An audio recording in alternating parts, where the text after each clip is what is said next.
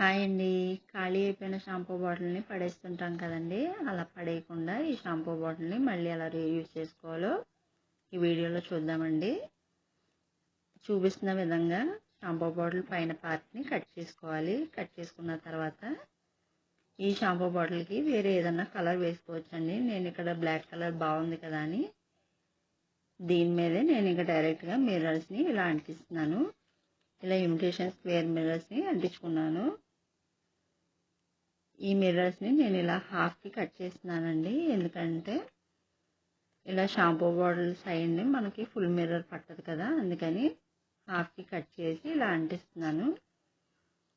ఇలా రెండు వైపులా ఈ హాఫ్ మిర్రర్స్ని అంటించుకున్న తర్వాత చాలా సింపుల్గా చేస్తున్నానండి. మనం టూత్పిక్ ఏదన్నా తీసుకుని ఇలా మిర్రర్ చుట్టూ ఎల్లో కానీ వైట్ కానీ ఏ కలర్తోనైనా ఇలా డాట్స్ పెట్టుకుంటే ఇంకా మిర్రర్స్ అనేవి చాలా హైలైటింగ్గా కనిపిస్తాయి. ఈ హాఫ్ కట్ మిర్రర్స్ దగ్గరేమో మధ్యలో 3 డాట్స్ కింద ఇలా డాట్స్ పెడుతున్నాను. అంతే అండి, ఈజీగా రెడీ అయిపోయింది కదా బాటిల్ అనేది. ఐడియా నచ్చితే లైక్ చేయండి, షేర్ చేయండి. మరిన్ని వీడియోల కోసం ఛానల్ని తప్పకుండా సబ్స్క్రైబ్ చేయండి. Thank you for watching.